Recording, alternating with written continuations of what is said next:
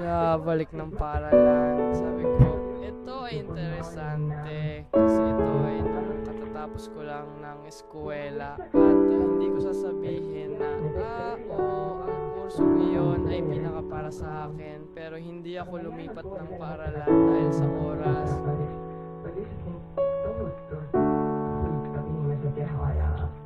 Na napakarami.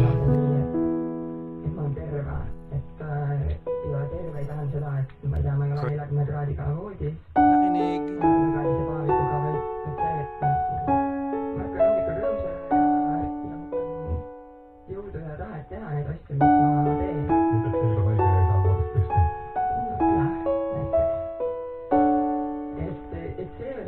Võib-olla selline rohkem mõtlesin, et ma tean, kuidas inimese keha toimub, et see oli võib-olla esimene asi, mille pärast ma füsioteraapiat õppima läksin.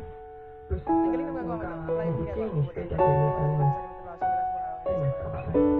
Ang iyong nais ay iyong karapatan na maaari kang maging musikero, artista, arkitekto o iba pang bagay na sa tingin mo ay dapat gawin.